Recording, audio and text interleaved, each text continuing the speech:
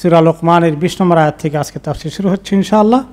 সূরা লোকমানের শুরুতে বা দ্বিতীয় সপ্তাহে বিশেষ করে লোকমান আলাইহিস সালামের তাঁর সন্তানকে খুব গুরুত্বপূর্ণ কিছু ওয়াসিয়াত নসিহত উপদেশনামা দিয়ে গিয়েছিলেন, সেগুলো সম্পর্কে বিস্তারিত আলোচনা হয়েছে, যেগুলো আমাদের জন্য খুব প্রয়োজন। পিতামাতা হিসাবে আমাদের সন্তানদেরকে সবসময় এরকম ভালো কিছু উপদেশ দেওয়া, বিশেষ করে যখন মানুষ অনুভব করে যে আল্লাহ তাআলা আমাদেরকে হয়তো দুনিয়া থেকে নিয়ে যাবেন, কিছু আলামত টের পাচ্ছি, এরকম যখন কারো ফিলিং হয়, তখন সন্তানদেরকে আসলে এরকম ওসিয়ত নসিহত করে যাওয়াটা অত্যন্ত ভালো কাজ। কারণ মৃত্যুর সময়ে যখন কেউ কাউকে ওসিয়ত করে, তখন এই ওসিয়তটা অত্যন্ত গুরুত্বপূর্ণ মনে হয় সন্তানদের কাছে, ঠিক কিনা? পিতামাতা চলে গেলে তারা এগুলো পালন করার চেষ্টা করে।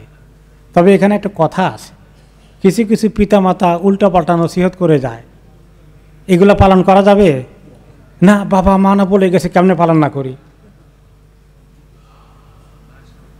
কিন্তু কথা আছে যে লা তাআতা লিমাখলুকিন ফি মাসিয়াতিল খালিক, যে সৃষ্টিকর্তা তার হুকুম অমান্য করে কোনো সৃষ্টির কথা মানা যাবে না। বাবা হোক, মা হোক, ওস্তাদ হোক, কোনো কথা নাই। আল্লাহ এবং তার রসুলের হুকুমের বিপরীত কোনো হুকুম কথা বলে গেলে সেটা মানা জায়েজ নাই। আমার অত্যন্ত ঘনিষ্ঠ ছিলেন কেউ একজন দেশে, আত্মীয় স্বজনের মধ্যে। বড় ভাই ছোট ভাই দ্বারা বেশ কষ্ট পেয়েছেন, ছোট ভাই বড় ভাইকে একটু বেশ কষ্ট দিয়েছেন। তো বড় ভাই মরে যাওয়ার সময় সন্তানদেরকে বলে গেছে, বা মরে যাওয়ার সময় না বললেও কোনো এক সময় মৃত্যুর আগে, অনেক আগেটাগেই হয়তো বলেছে যে এই আমাকে অনেক কষ্ট দিয়েছে তোর চাচা, আমি মরে গেলে সেই জন্য আমার লাশ আমার খাটিয়ে না ধরে, খেয়াল রাখবি। সন্তানরা অক্ষরে অক্ষরে পালন করেছে, খুব ফজিলতের কাজ করেছে, তাই না? কারণ এই ওসিয়ত করাটা ওনার জন্য অন্যায় হয়েছে। মানে উনি যে কষ্ট পেয়েছেন তার ফয়সালা তো একদিন এক জায়গায় হবে, নাকি হবে না? হবে না। তো আমি কষ্ট পেয়েছি, তার জন্য আমি আল্লাহ তাআলার বিধানের বিপরীত কোনো কাজ করে যেতে পারি না। আমার আল্লাহ আছেন, ফয়সালা করবেন। আমার পুরো ইনসাফ আল্লাহ কায়েম করে ছাড়বেন, নাকি কায়েম করবেন না? অবশ্যই করবেন। যে আমাকে কষ্ট দিয়ে গেছে তা থেকে আদায় করে নেবেন না আল্লাহ তাআলা? আদায় করে কাকে দিবেন? আমাকে দেবেন। যে আমার এত দুঃখ নিয়ে মরার তো কোনো দরকার নাই, আল্লাহ মাফ করুন। এটাও ভুল, এরকম ওসিয়ত করা। তো বাবা ভুল করে গেছে, সন্তানের ভুলটাকে খুব মজবুতি সহকারে কায়েম করবেন, আমল করে যাবেন। বাবা ভুল করেছে, বাবার জন্য দরকার আল্লাহর কাছে মাফ চাওয়া দরকার, কিন্তু ওনার ওসিয়ত মানা যাবে না। কথা মনে থাকবে তো? শুধু একটা এক্সাম্পল দিলাম তাই না, অনেকেই মা বাবা বলে গেছেন, এটা এই কথাকে এত গুরুত্বপূর্ণ মনে করেন যেটি কোরআন হাদিসের সঙ্গে সাংঘর্ষিক হয়ে যায়। এই কথা কখনোই আমল করা যাবে না।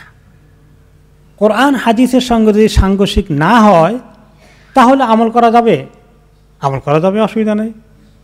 কোরআন হাদিসের বিপরীত কোনো কথা বলেন নেই, তাহলে ঠিক আছে।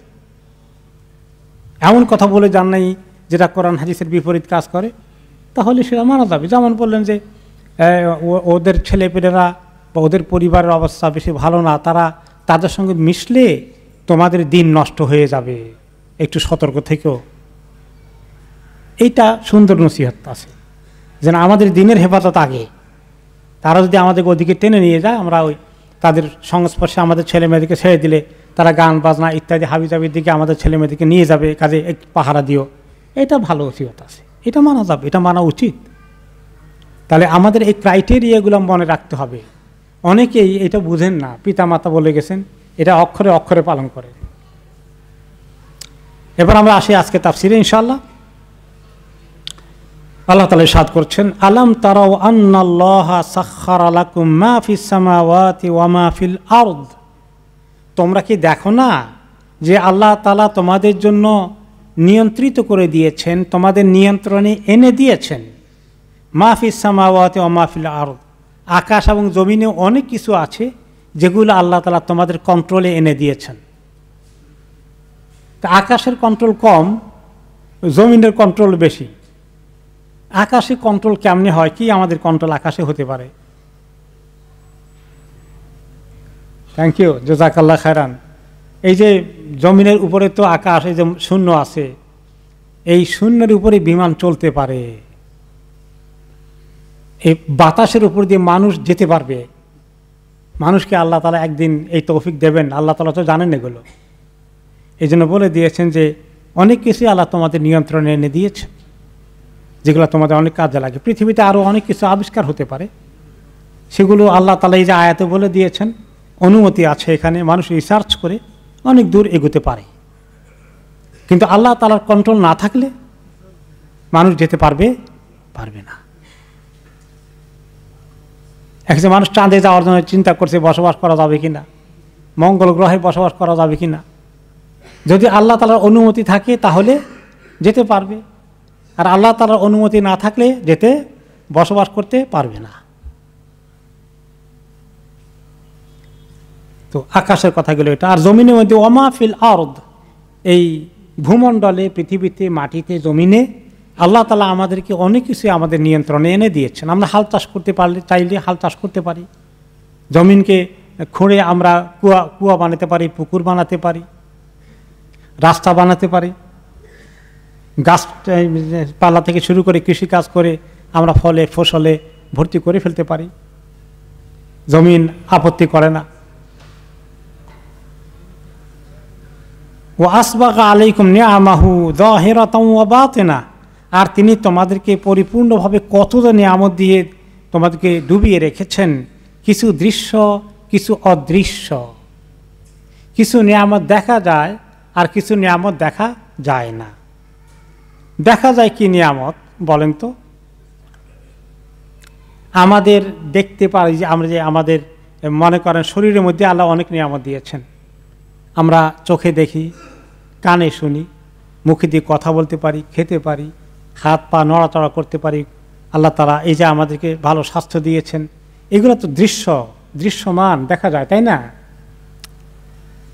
এরপরে আমাদেরকে আল্লাহ তাআলা সন্তান সন্ততি দিয়েছেন, ধন সম্পত্তি দিয়েছেন, জাগা জমি দিয়েছেন, বসত বাড়ি দিয়েছেন, খাবার দাবারের কত রকমারি ফল ফুলে পৃথিবীতে সাজিয়ে দিয়েছেন।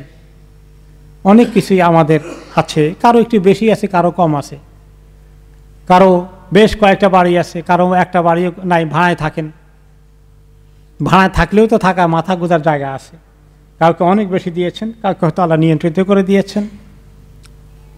এগুলো দৃশ্যমান দেখা যায়, অনেক আছে। দেখা যায় না এমন কি আছে বলেন তো? বাতাস দেখা যায় না, এর ভিতরে অক্সিজেন আছে। এটা কত দামি জিনিস। আমাদের শরীরের এই প্রাণের স্পন্দন কোথায় আছে? এই বাতাসের সঙ্গে, নিঃশ্বাসের সঙ্গে। সুবহানাল্লাহ, কি এক পাওয়ার দিয়ে রেখেছেন, যেটা আমাদের প্রাণ। এই পাওয়ারটা যদি টানতে না পারে বাতাসটা, তাহলে শেষ। সুবহানাল্লাহ, কত নিঃশ্বাস প্রতিদিন নিচ্ছি, শ্বাস নিঃশ্বাস, শ্বাস প্রশ্বাসে কতগুলো নিচ্ছে প্রতিদিন। হ্যাঁ, সুবহানাল্লাহ। ভালো জিনিস ঢুকছে, মন্দটা বেরিয়ে যাচ্ছে।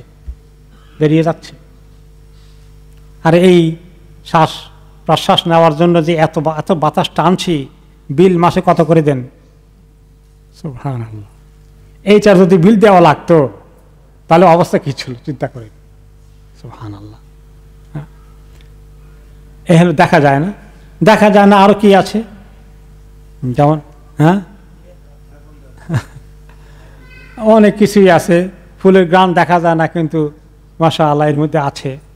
আপনার এই অন্তরটা আছে, যে আমাদের দিলটা, প্রাণটা, এটা দেখা যায়, রূহ দেখা যায়, এটা দেখা যায় না, কিন্তু সেটা তো আছে, এর অস্তিত্ব আছে। আমাদের আকল, আমাদের জ্ঞান বুদ্ধি, দাঁড়ি পাল্লা দিয়ে মাপা যাবে কার কদ্দুর আছে, কয় কিলো আছে, ধরা যাবে না। আন্ডারস্ট্যান্ডিং, বুঝ, সমাজ, নলেজ, এগুলো অনেক আছে আল্লাহ তাআলা যেগুলো দিয়েছেন, যেগুলো দেখা যায় না, দৃশ্যমান নয়। সব কিছুই আল্লাহ তাআলা নিয়ামত। আমাদের সংসার দিয়েছেন, দাম্পত্য জীবন দিয়েছেন, স্বামী স্ত্রী দিয়েছেন, সন্তান সন্ততি দিয়েছেন, নাতিপুতি দিচ্ছেন আল্লাহ তাআলা, আলহামদুলিল্লাহ। এগুলো সব দেখা যায়, কত আনন্দের বিষয়। এই যে নামাজ পড়েছিলাম, দুটো ছোট বাচ্চা এসেছিল, তাই না? দৌড়াদৌড়ি করছে, দাদা বোধা নানা কি একটা হবে। তিনি পরেন, দুইটাকে কাঁধা করে নিয়ে চলে গেলেন। আমি আশঙ্কা করছিলাম আপনারা কেউ ধমক দিয়ে বসেন কিনা, তো আলহামদুলিল্লাহ আমাদের মুসল্লিরা আল্লাহদের অনেক ট্রেন্ড হয়েছে, আল্লাহ তাআলা কিছু সবর শক্তিও দিয়েছেন। বাংলাদেশে হলে তো এই বাচ্চা নিয়ে কেন মসজিদে ঢুকছ, চিল্লাচিল্লি কতক্ষণ হয়ে যেত, তাই না? কোনো কোনো মসজিদে এখনও হয়। আলহামদুলিল্লাহ আল্লাহ তাআলা আপনাদেরকে অনেকে এডুকেটেড করেছেন, আলহামদুলিল্লাহ। বাচ্চা কাচ্চা মসজিদে এইভাবে এসেছেন, স্বয়ং রাসূলুল্লাহ সাল্লাল্লাহু আলাইহি ওয়াসাল্লামের সময় জামানায় হাসান হোসেন এসছেন না, জুমার খুতবা দিচ্ছেন তিনি, ওদিক থেকে আসছে। বড়টা হাসান একটু হাঁটতে পারেন, ছোটটা হাঁটতে পারেন না, একটু হাঁটে আবার পড়ে যায়, আবার হাঁটে আবার পড়ে যায়, দুই ভাই আসতেছে, লাল টুকটুকে জামা পরে দুইজনের গায়ে মা ফাতেমা পরিয়ে দিয়েছেন।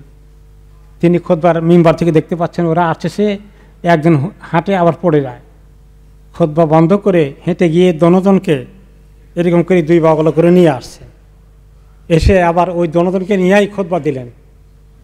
খুতবার মধ্যে বললেন, ওই প্রসঙ্গে একটা আয়াত তেলাওয়াত করলেন, আল্লাহ তাআলা ঠিকই বলেছেন, ইন্নামা আমওয়ালুকুম ওয়া আওলাদুকুম ফিতনা, তোমাদের সম্পদ এবং তোমাদের সন্তান সন্ততি আসলেই ফিতনা। ফিতনা বলতে একটা ফিতনা তো খারাপ জিনিস, তো খারাপের লেভেল আছে, ফিতনার লেভেল আছে। ফিতনা বলতে এখানে বুঝিয়েছে যে আমি খুতবা দিতে কন্টিনিউ করতে পারছি না, তাদের প্রতি আমার যে মায়া দরদ, এটা টেনে নিয়ে গেল তাদেরকে ধরার জন্য। এই যে একটা আকর্ষণ আল্লাহ তাআলা দিয়েছেন, হালাল আকর্ষণ, হারাম কোনো আকর্ষণ নয় এটা, তাই না? এবং এভাবে করে তিনি নামাজও পড়েছেন, তাদের উপরে তারা সওয়ার হয়েছে তিনি ঘোড়ার মতো করে, উমামা রাদিয়াল্লাহু আনহা এরকম ওনার হাসান হোসাইন। এবং তিনি বলেন যে আমার মনে চাচ্ছিল আরও অনেকক্ষণ সেজদায় থাকি, যাতে তারা অনেকক্ষণ এনজয় করে। আমরা বোঝাই নামাজের সময় ডিস্টার্ব করে বাচ্চাগুলো সরাইতে পারো না বুঝি, তবে বেশি দুঃসময় করলে পিতামাতার উচিত কিছু কন্ট্রোল করা, একদম করার দরকার নাই তা না, কিন্তু এই যে মানুষের জীবনের এই নিয়ামতের কথা যেটা নিয়ে আমরা আলোচনা করছি, যে সন্তান সন্ততি নাতিপুতি কত যে নিয়ামত মানুষের, যখন ছেলে মেয়ে হয় মনে হয় যে পৃথিবীতে ছেলে মেয়েই সবচেয়ে আদরের, ছেলে মেয়ে বড় হয়ে যখন নাতিপুতি হয় তখন মনে হয় কি, আরে ছেলে মেয়ে তো 2 নম্বর, এখন 1 নম্বর হয়ে গেছে কে, নাতিপুতি, সুবহান নাতি নাতিন।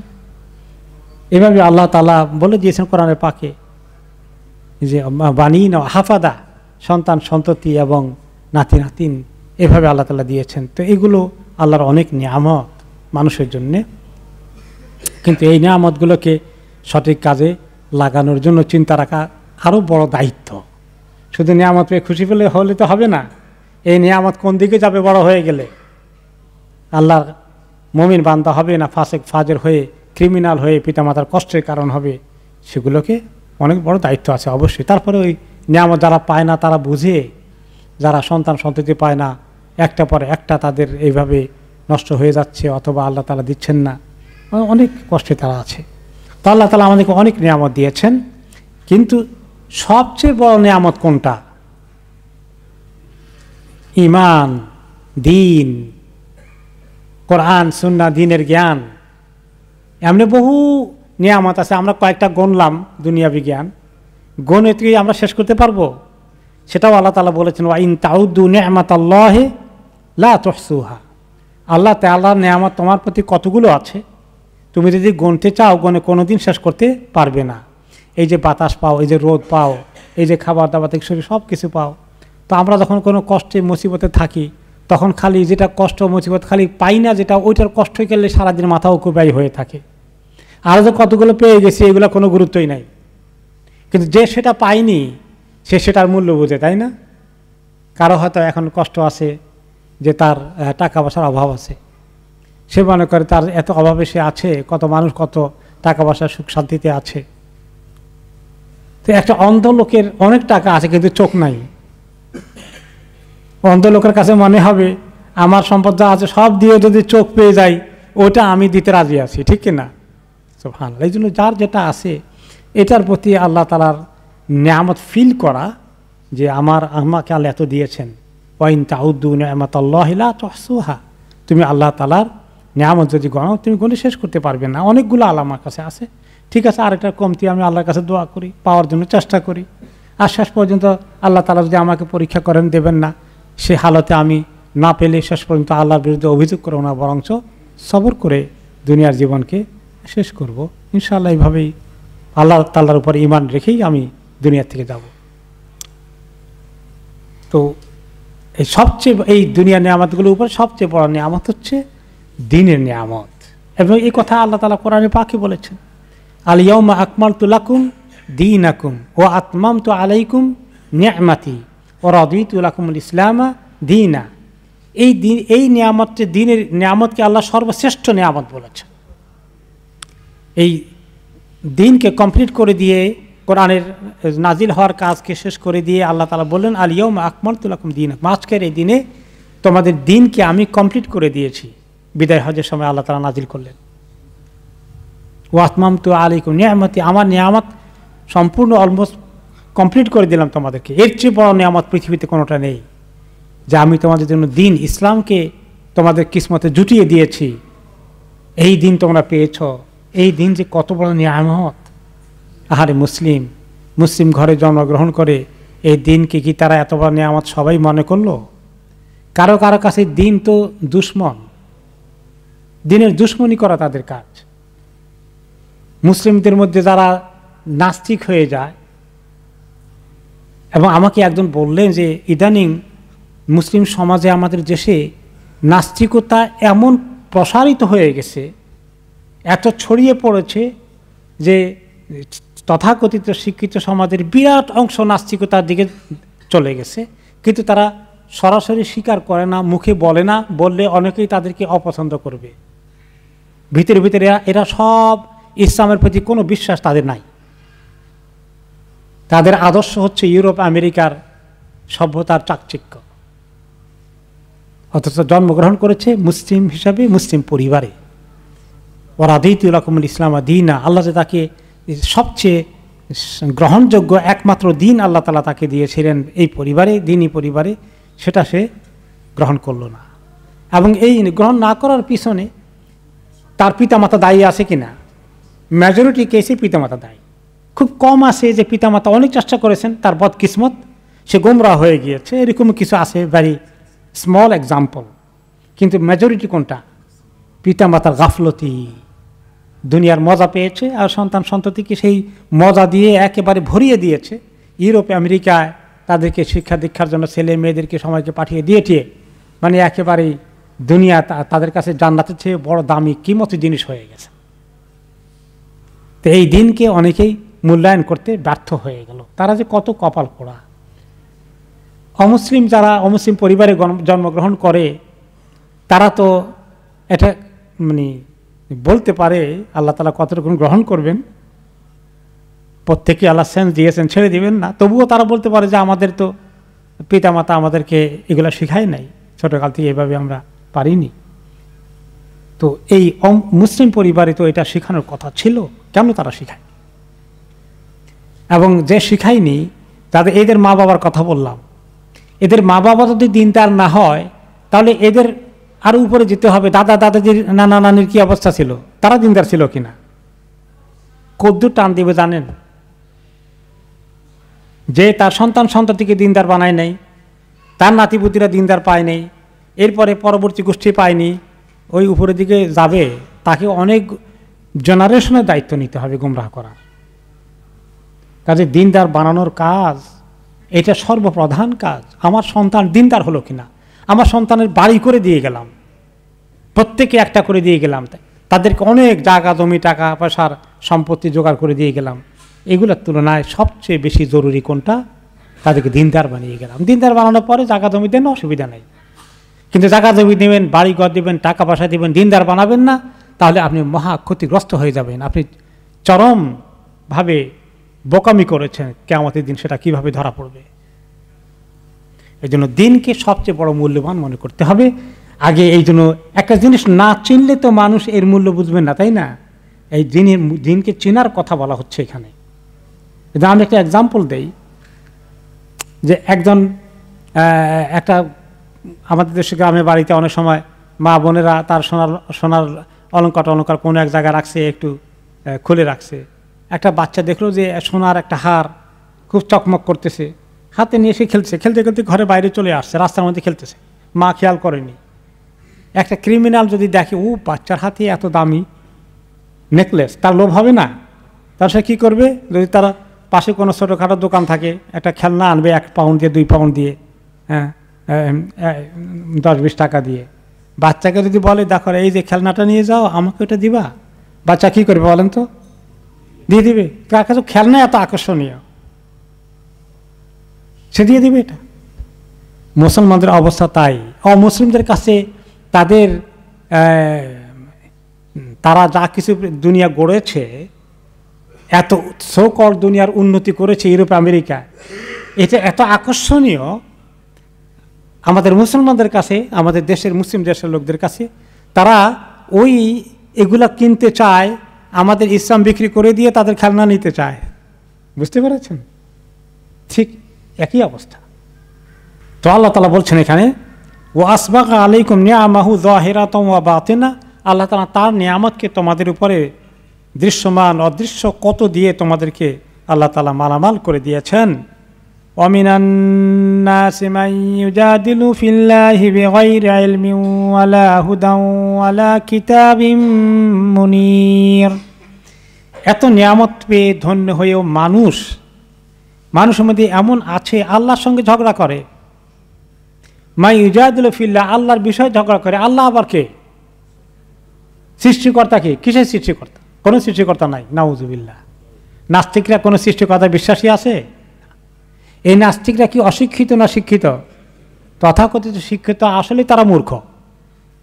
যে আল্লাহকে চেনে না, তার শিক্ষার কোনো মূল্য আছে, সে বড় শিক্ষা থেকে বঞ্চিত, সে সবচেয়ে বড় মূর্খ মানুষ।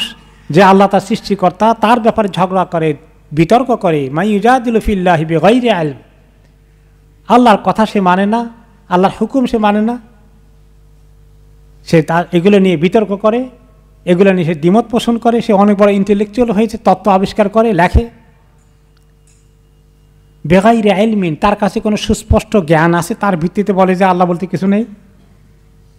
ওয়ালা হুদা, মানব জাতির কাছে তার নিজের জন্য হেদায়েত দেওয়ার মতো, পাওয়ার মতো, সঠিক রাস্তা পাওয়ার মতো কোনো অবস্থা আছে? ওয়ালা কিতাবি মুনির, আলোকিত করতে পারে, নূর দিতে পারে, জীবনে আলো দিতে পারে, এমন কোনো কিতাবও তার কাছে নেই। সেই আপনার মার্কস, লেনিন, এরা সমাজতন্ত্র আবিষ্কার করেছিল, মনে আছে তো? পাকিস্তান আমল থেকে শুরু করে তাদের কি দৌরাত্ম্য। আমাদের দেশের তথাকথিত শিক্ষিতগুলো এখনও বামপন্থীরা তাদের এই তত্ত্ব মুখস্থ করে করে মনে করে তারা সবচেয়ে বড় সভ্যতা জোগাড় করে ফেলেছে। এবং তারা নাস্তিক, তারা আস্তিক নয়, তারা আল্লাহতে অবিশ্বাসী, এবং তারা খুব প্রোগ্রেসিভ নিজেকে মনে করে। অথচ তারা সবচেয়ে বড় অন্ধকারে আছে।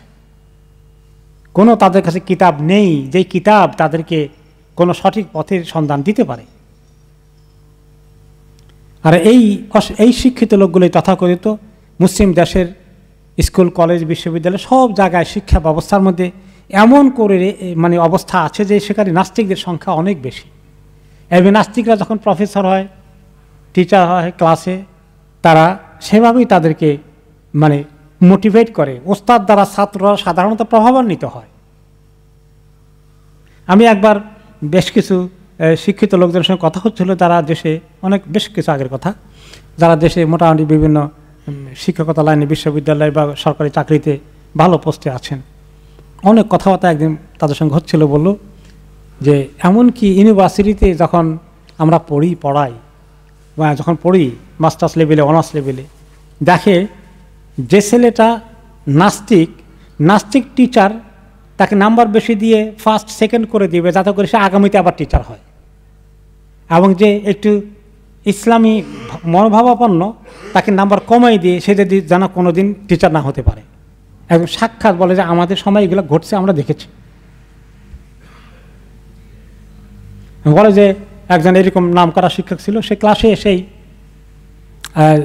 এখন দেখে যে এখানে কারা কারা প্রগতিশীল আর কারা কারা ইসলামপন্থী। তো বলে যে মানব সৃষ্টি সম্পর্কে আদি মানুষের তোমাদের ধারণা কি? তো যারা মুসলিম তারা বলল যে আল্লাহ তাআলা আদম আলাইহিস সালামকে প্রথম সৃষ্টি করেছেন, সেখান থেকে মানুষের সৃষ্টি। তাহলে কারা কারা এটা বিশ্বাস করো? যে কয়জন হাত তুললো তারা। ওকে, আর বাকিরা তোমরা 2-1 জন আছে, হয়তো তারা মনে করে যে না, আমরা তারা নাস্তিকতার কিছু লেসন পেয়েছে। তো বললো যে এটা বলে প্রশ্ন করে আমাদেরকে মার্ক করে রাখলো যে আমরা ইসলামী মনোভাবাপন্ন, তা আগামীতে আমাদেরকে সেভাবে ডিল করবে আর কি, যাতে করে আমরা সে লেভেলে না যেতে পারি। মানে এত গভীর ষড়যন্ত্র। ইসলামের বিরুদ্ধে দুশ্মনী কিন্তু গত কয়েকদিন আগের নয়, বেশ আগে থেকে। ঢাকা বিশ্ববিদ্যালয় থেকে শুরু করে অনেক জায়গায় বড় বড় নাস্তিক বসেছিল, মগজ ধোলাই করেছে আমাদের মুসলমান যুবকদেরকে। তারা আল্লাহ তাআলার বিষয়ে তারা ঝগড়া করে বেগাইরে ইলমিন, কোন ইলম তাদের কাছে নাই। এগুলো মূর্খতা, এগুলো অজ্ঞতা। ওয়ালা হুদা, কোনো হেদায়েতের সঠিক পথের দিশা পাওয়ার কোনো জোগাড় নেই। ওয়ালা কিতাবি মুনির, কোনো কিতাব তাদের কাছে নাই কোরআনের মোকাবিলায়। আছে কিতাব, মার্কসের তত্ত্ব কিতাব আছে, লেনিনের লেখা কিতাব আছে। একসময় তো এদের খুব দৌরাত্ম্য ছিল, তাই না? এখন তো কমে গেছে, যেহেতু রাশিয়াতে এটা মুখ থুবড়ে পড়েছে, আল্লাহ তাআলা তাদেরকে লানত দেখিয়ে দিয়েছেন, এখন তো আর নাই। তারপরে আমাদের দেশের এই প্রগতিপন্থী বামপন্থী নাস্তিকরা এখনো আল্লাহতে বিশ্বাসী না। وَإِذَا قِيلَ لَهُمُ اتَّبِعُوا مَا أَنزَلَ اللَّهُ قَالُوا بَلْ نَتَّبِعُ مَا وَجَدْنَا عَلَيْهِ آبَاءَنَا। যখন তাদেরকে বলা হয়, নবী করিম সাল্লাল্লাহু আলাইহি ওয়াসাল্লাম যখন বলেছিলেন, এবং যুগে যুগে অন্যান্য নবীরাও যখন বলেছিলেন, ইত্তাবিউ মা আনজালাল্লাহ, যা আল্লাহ নাজিল করেছেন এটাকে অনুসরণ করো, এটাকে গ্রহণ করো, এটা অনুযায়ী জিন্দেগি চালাও। ক্বালু বাল নাত্তাবিউ মা ওয়াজাদনা আলাইহি আবাআনা, তারা বলে না, বরঞ্চ আমাদের পিতৃপুরুষ পূর্বপুরুষ যা কিছু করেছেন এইগুলাকে তারা যে তরিকায় চলেছেন সেই তরিকায় আমরা আছি। আমাদের মা বাবা, আমাদের মুরব্বীগণ যেভাবে চলেছেন সেভাবেই আমরা আছি। অনেকেই কথায় কথা মুরব্বীদের কথা বলেন, মুরব্বীদের কথা কোরআন হাদিসের সঙ্গে মিললে ঠিক আছে, আর মুরব্বীদের কথা কোরআন হাদিসের সঙ্গে না মিললে ঠিক আছে না। তো মুরব্বীরা এভাবে বলে গেছেন, এরকম এটা কোনো রেফারেন্স হতে পারে না। রেফারেন্স হবে কি? আল্লাহ এবং তার রাসূল। তারা বলে যে বাল নাত্তাবিউ মা ওয়াজাদনা আলাইহি আবাআনা, আমাদের পিতা দাদা পূর্বপুরুষগণ যা করে গেছেন তার উপরেই থাকবো। মক্কার আবু জাহাল, আবু লাহাব, এরা সবাই কি বলেছিল যে আমাদের পূর্বপুরুষ সবাইকে আমরা পেয়েছি, তারা এতগুলো মূর্তির পূজা করে, এখন এটা আমরা কেমনে ছেড়ে দিতে পারি? এটি একটি বড় একটা বাধা দিনকে গ্রহণ করার ক্ষেত্রে। এখনও আমাদের দেশে আপনারা দেখেন যে অনেকগুলো প্র্যাকটিস দিনের নামেও আমরা কিছু আমল করে আসছি। এই মিলাদ থেকে শুরু করে বিভিন্ন রকমের বিদআতের আমলের মধ্যে পূর্বপুরুষরা করে আসছিলেন, তাই না? তাদের কাছে তখন গ্রামে গঞ্জে অনেক ভালো, অনেক বড় মানে বিশাল বিশাল আলেম তো ছিলেন না। গ্রামের ইমামদের লেভেল ছিল অত্যন্ত সেকেন্ডারি লেভেলে লেখাপড়া করা, এরকম মেজরিটি ক্ষেত্রে। এখনও পর্যন্ত অনেক জায়গায় এরকম রয়ে গেছে। এত উচ্চশিক্ষিত আরব দেশে লেখাপড়া করা, সেখানে জ্ঞান অর্জন করার মতো তেমন বেশি কিছু পাওয়া যায়নি। তো এখন আস্তে আস্তে এগুলা যখন সংশোধন করা হয়েছে, একটু ইমপ্রুভ করা হয়েছে, এগুলো সংস্কার করা হয়েছে, তখন কিন্তু সংস্কারের প্রথম দিকে সবাই বলে যে এটা কী বলেন, আমরা সবসময় করে আসছি যুগ যুগ ধরে, বাপদাদা করে আসছে, এখন কি বলেন? মাইয়েত মারা গেলে 10 জনকে এনে 3 পাতা পারা করে কোরআন খতম করাইতে হয়। তারপরে আপনার দোকান উদ্বোধন করলে, বাড়ি নতুন করে ঢুকলে মিলাদ পড়াইতে হয়। এগুলো আসে না? তো এগুলো করে আসছিল। এখন তো আল্লাহ দিলে কমছে অনেক, তাই না? মাশাআল্লাহ, এখন দিনের কথাগুলো ছড়িয়ে যাওয়ার সুযোগ হয়েছে, লোকেরা অনেক সংস্কৃত হয়েছে, অনেক মাশাআল্লাহ অ্যাডভান্স হয়েছে ইসলামিক লেভেল, আগে ছিল না।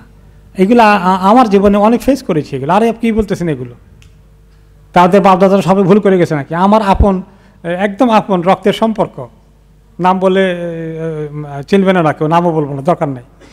তখন আমি সৌদি আরব থেকে লেখাপড়া করে আসলাম, তো এই একদিন বয়ান করতেছিলাম, তো উনি অনেক সিনিয়র, আমার মানে সবচেয়ে বড় চাচার সন্তান, বড় সন্তান। বলে, আরে তুমি এত কী বলতে চাও? আমাদের বাপদাদারা তুমি বলতে চাও সবাই ভুল করেছে নাকি? একদম আমার নিজের চাক্ষুষ দেখলাম। তো এই যে যুক্তিটা, এই যুক্তিটা কাফেররা দিয়েছিল। ইসলামের সব কথা আমাদের এখনো শোনা হয়ে গেছে শেষ, লক্ষ লক্ষ হাদিস সব শোনা হয়ে গেছে, অনেক হয়ে গেছে।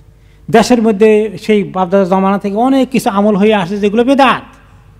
যখনই শুনলাম এগুলো বেদাত, ছাড়তে হবে, যখনই নতুন সুন্নত আমল পেলাম গ্রহণ করতে হবে। একথা বলা যাবে না বাপ দাদা এভাবে করে আসছে, মুরব্বীগণ চলে আসছে, যুগ যুগ ধরে চলে আসছে, তুমি কি নতুন কথা নিয়ে আসছো, নতুন হাদিস নিয়ে আসছো, এরকম কোনো রিয়াকশন দেখানো যাবে না, তাহলে কাফেরদের সঙ্গে মিলে গেল। সাবধান। আওয়ালাউ কানা শাইতানু ইয়াদউহুম ইলা আযাবিস সাঈর, তারা কি চিন্তা করে না তাদের বাপ দাদাদেরকে যারা শিরক করেছিল মক্কার এই জমিনে, শয়তান এসে তাদেরকে যদি জাহান্নামের আগুনের দিকে ডেকেছিল, সেই দিকে নিয়ে গেল। তাওহীদ থেকে ইব্রাহিম আলাইহিস সালামের ধর্ম ছিল মক্কা, তাই না? সেই দিন থেকে কোন ধর্মে চলে গেল? শিরকের ধর্মে চলে গেল। কয়টি মূর্তি ছিল?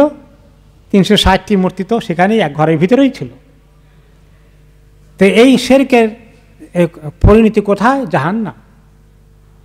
শয়তান যদি তাদেরকে জাহান্নামের দিকে যাওয়ার রাস্তা দেখিয়ে দিয়ে যায়, এস্টাবলিশ করে যায় বাপ দাদাদের মাধ্যমে, তারা কি সেদিকেই চলতে থাকবে? আর আল্লাহর কাছ থেকে হেদায়েত আসলো জান্নাতের পথে যাওয়ার জন্য, সেদিকে কি তারা আসবে না?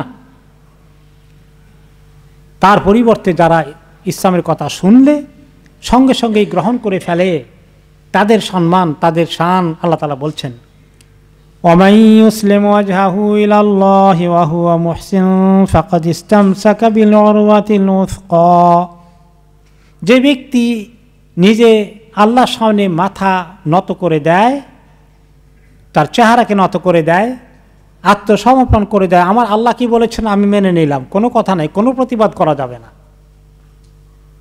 এটা মেনে নিতেই হবে, এভাবে মেনে নেয়, অহুয়া মুহসিন, এবং সে নেক কর্মে সবসময় ব্যস্ত থাকে, অবিরত নেক কর্ম করে, ফাকাদ ইসতামসাকা বিল উরওয়াতিল উসকা, সে সবচেয়ে মজবুত রশিকে ধরে ফেলল, মজবুত রশিকে ধরল। মজবুত রশি হচ্ছে ইসলাম। ইসলামকে যে ব্যক্তি ধরল সেই ব্যক্তি নিরাপদ, আর যে ইসলামকে ধরল না সেই ব্যক্তি সবচেয়ে বড় অনিরাপদ।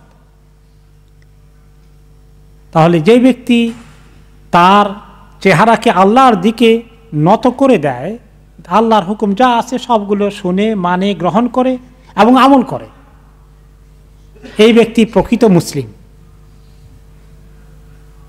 এবং শুধু মেনে নেয় না, মুহসিন, অনবরত আমল করে, নেক আমলে জারি থাকে, তাহলেই সেই শক্ত মজবুত রশিকে ধারণ করলো, যে রশি তাকে জান্নাতে নিয়ে যাবে। ওয়া ইলাল্লাহি আকিবাতুল উমুর, আর আল্লাহ তাআলার কাছেই সমস্ত কাজের পরিণতি, সব কাজের শেষ কোথায়? আল্লাহর কাছে। সমস্ত কাজের শেষ ফয়সালা কোথায় হবে? আল্লাহ তাআলার কাছে হবে।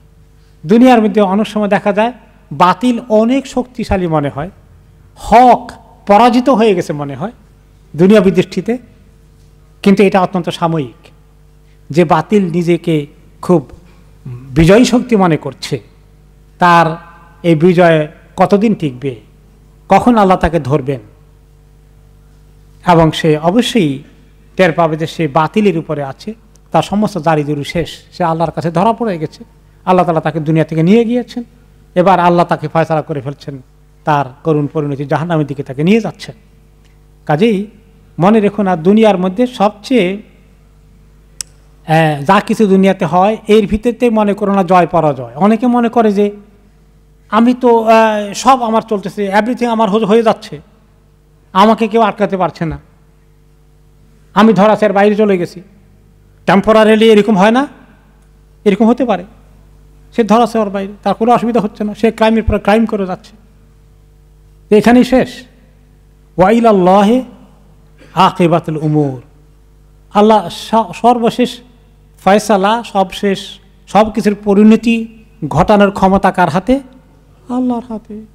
কাউকে আল্লাহ কয়েকদিন সময় দেন, কাউকে কয়েক মাস দেন, কাউকে কয়েক বছর দেন, কাউকে আল্লাহ কয়েক যুগ সময় দান করেন, এরপরে আল্লাহ কি করেন? ধরেন, ধরে টান দেন। এবং সে কথা হাদিসে এসেছে যে আল্লাহ তাআলা অনেক সময় লা ইউমলিজ জালিম, আল্লাহ তাআলা জালিমকে অনেক রশি ঢিলা করে দেন, রশি ছেড়ে দেন, ঢিলা রশি। রশি কার হাতে?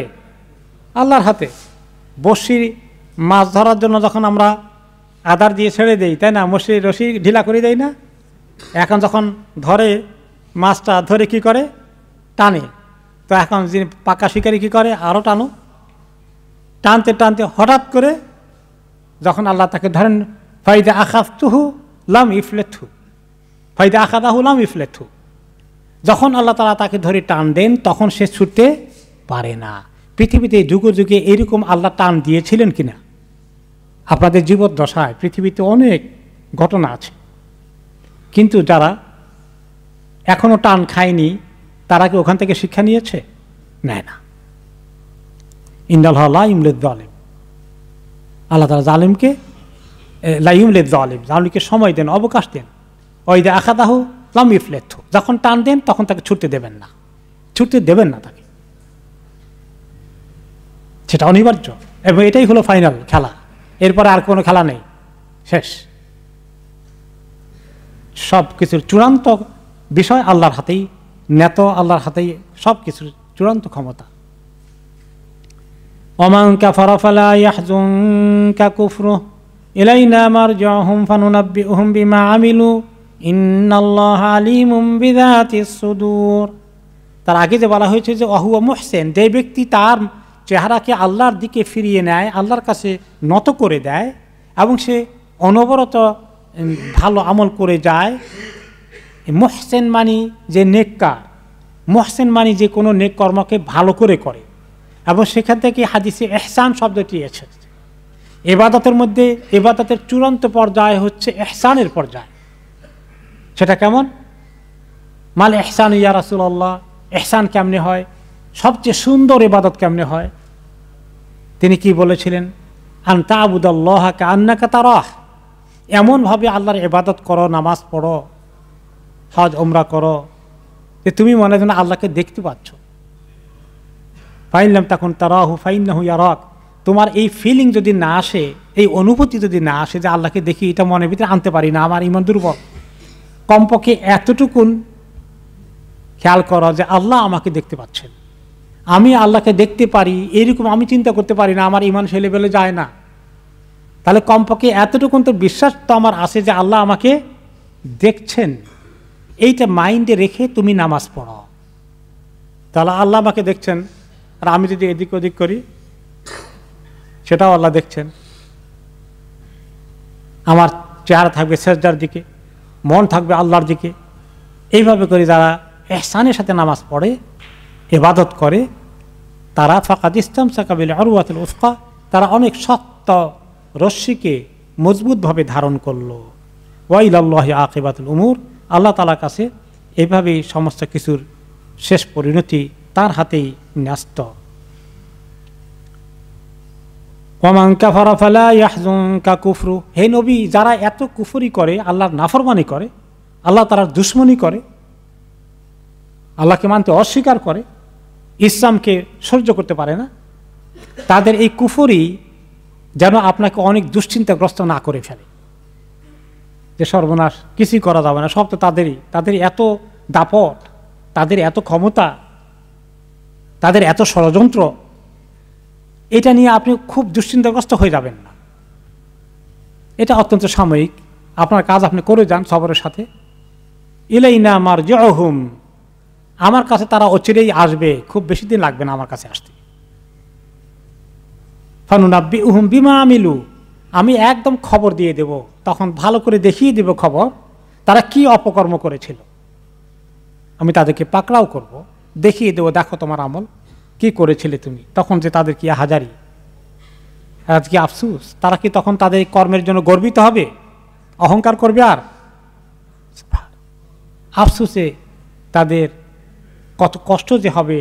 এবং সে কথা ইয়াউমা ইয়াউদ্দু যালিমু আলা ইয়াদাইহি, আল্লাহ তাআলা বলেছেন সেদিন জালিম কেন নিজের উপরে এত কষ্ট করেছে, নিজের উপরে এত জুলুম করেছে, কেন আল্লাহর এত দুশমনি করেছে, কেন আমি দিনদার হইনি।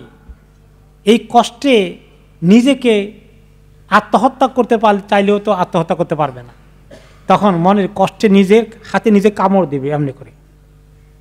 ইয়াউমা ইয়া'আদ্দু যালিমু আলা ইয়াদাইহি, এত কষ্ট তার হবে, বলতো হারে এইরকম অসৎ একটা লোকের সঙ্গী কেন হয়েছিলাম, তার অনুসারী কেন হয়েছিলাম, তার সঙ্গে কেন ঘুরঘুর করেছিলাম, আমি কেন দিনদার লোকের সঙ্গী কেন হইনি, কেন আল্লাহ রাসূলের পথে তো কেন আমি আসিনি। কি আফসোস সেদিন করবে। এই গর্ব, অহংকার, দাপট আর থাকবে, সব চুরমার হয়ে যাবে। যে যত বেশি দাপট দেখিয়েছে, অহংকার করেছে, তার আফসোস বেশি হবে না কম হবে? যত বেশি করেছে তত বেশি আফসোস করবে সে, তার দুঃখ, কারণ তার মুসিবত সবচেয়ে বেশি হবে। সে লঙ্ঘন করতে সাবধান। কখনই গর্ব অহংকার বড়াই দেখাতে নেই। আল্লাহ তাআলার কাছে সবসময় নিজেকে সুপর্দ করে দেওয়া, আত্মসমর্পণ করা। হ্যাঁ, কখনই যেন অহংকার কোনো সময় জায়গা না নেয়। ইন্নাল্লাহা আলিমুম বিযাতিস সুদূর, আল্লাহ তাআলা মানুষের অন্তরে কি আছে সেটাও জানেন। শুধুমাত্র মানুষের কর্ম দেখেন না, করে ফেলেছে। আমরা কর্ম দেখতে পাই, কিছু করলো, কিন্তু অন্তরে কি আছে আমরা কি সব দেখতে পারি? আল্লাহ তাআলা অন্তরটাও দেখেন। কার অন্তরে ভালো তামান্না ছিল, ভালো খেয়াল ছিল, কার অন্তরে দিনের দুশ্মনী ছিল, কার অন্তরে এই সমস্ত অপকর্মের পরিকল্পনা ছিল, এগুলো সব কিছু আল্লাহ তাআলা ভালো করে জানেন। দুনিয়ার মানুষের কাছে অনেক কিছু দৃশ্যমান নয়, কিন্তু অনেকেই গোপনে লুকিয়ে মিডিয়াকে উল্টিয়ে দিয়ে ক্রাইম করে একজন দোষ ফালায় কার দিকে? আরেকজনের দিকে, তাই না? এটা পারে না? পারে, করে যাচ্ছে। ইন্নাল্লাহা আলিমুম বিযাতিস সুদূর, আল্লাহ তাআলা সব ভালো করে জানেন। তিনি কারা গোপন রেখেছে, অন্তরে কি আছে। নুমাত্তিউহুম কালিলান সুম্মা নাত্তারুহুম ইলা আযাবিন গালিয, আমি তাদেরকে দুনিয়ার জীবনে তাৎক্ষণিকভাবে অ্যাকশন নেইনি, তাৎক্ষণিকভাবে পাকড়াও করিনি, অনেক দিন সুযোগ দিয়েছি, অবকাশ দিয়েছি অনেক দিন। আসলে দুনিয়ার হিসাবে অনেক দিন মনে হয়, আল্লাহর হিসাবে কি কালিলান, একেবারেই আখিরাতের তুলনায় কতটুকু সময় দুনিয়ার সময়? একেবারেই স্বল্প সময়। একটু অল্প সময়ের অবকাশ দিয়েছিলাম, সুযোগ দিয়েছিলাম, রশি ঢিলা করে দিয়েছিলাম। সুম্মা নাত্তারুহুম, অতঃপর আমি তাদেরকে পাকড়াও করে নিয়ে আসবো, ঠেলে দিবে কোন দিকে? ইলা আযাবিন গালিয, অত্যন্ত কঠিন শক্ত আযাবের দিকে তাদেরকে পুশ করব, বাধ্য করব সেখানে যেতে, বাধ্য করব। শখে জাহান্নামে যাবে কেউ? যাইতে চাইবে না? তাদেরকে ফেরেশতারা উপর করে নিক্ষেপ করবেন। আল্লাহুম্মা আজিরনা মিনান নার। ওয়ালা ইন সাআলতাহুম মান খালাকাস সামাওয়াতি ওয়াল আরদা লা ইয়াকুলুন্নাল্লাহ কুলিল হামদুলিল্লাহি বাল আকসারুহুম লা ইয়ালামুন। হে নবী, ওনার জমানায় কাফেররা, আবু জাহল, আবুল হাবের গোষ্ঠীরা, তারা বিশ্বাস করতে সৃষ্টিকর্তাকে আল্লাহ, কিন্তু ইবাদত করত কার? লাত, মানাত, বিভিন্ন মাবুদদের। তো আল্লাহ তাআলা বলেন, ওরা আমি সৃষ্টিকর্তা স্বীকার করে আর ইবাদত করে আরেকজনের, ব্যাপারটাকে জিজ্ঞেস করেন তো দেখি। ওয়ালা ইন সাআলতাহুম, আপনি যদি তাদেরকে জিজ্ঞেস করেন, মান খালাকাস সামাওয়াতি ওয়াল আরদ, আকাশগুলো এবং জমিনকে কে সৃষ্টি করেছে? লা ইয়াকুলুন্নাল্লাহ, তারা বলবে অবশ্যই আল্লাহ সৃষ্টি করেছেন। এই ব্যাপারে পাক্কা ইমানদার, আল্লাহ সৃষ্টি করেছেন। এটাকে বলা হয় তাওহীদুল উলুহি, তাওহীদুর রুবুবিয়্যাহ। সৃষ্টিকর্তা হিসাবে তারা কাকে বিশ্বাস করত? আল্লাহকে বিশ্বাস করত। তাওহীদের এই অংশটা ছিল, এই অংশটাকে বলা হয় তাওহীদুর রুবুবিয়্যাহ। রব, সৃষ্টিকর্তা হিসাবে আল্লাহকে তারা মেনে নিয়েছে, খালেক হিসাবে মেনে নিয়েছে, কিন্তু তাওহীদুল উলুহিয়্যা নেই। সমস্যা কোথায়? ইবাদত কার করতে হবে? আল্লাহর করতে হবে, এইটা মানতে রাজি না। ইবাদত তো এই সমস্ত মাবুদের করতে হবে, তাদের মাধ্যমে আল্লাহর কাছে যাবে। এটা বলা হয়, এটা হলো তাওহীদুল উলুহিয়্যা। ইলাহ হিসাবে একমাত্র আল্লাহ, লা ইলাহা, এই কথা মানবে না। আরো অনেক আলিহাতান আছে, অনেক ইলাহ আছে, তার সঙ্গে আল্লাহও আছেন, যদিও তিনি সবার বড়, কিন্তু আরো অনেক ইলাহ আছে।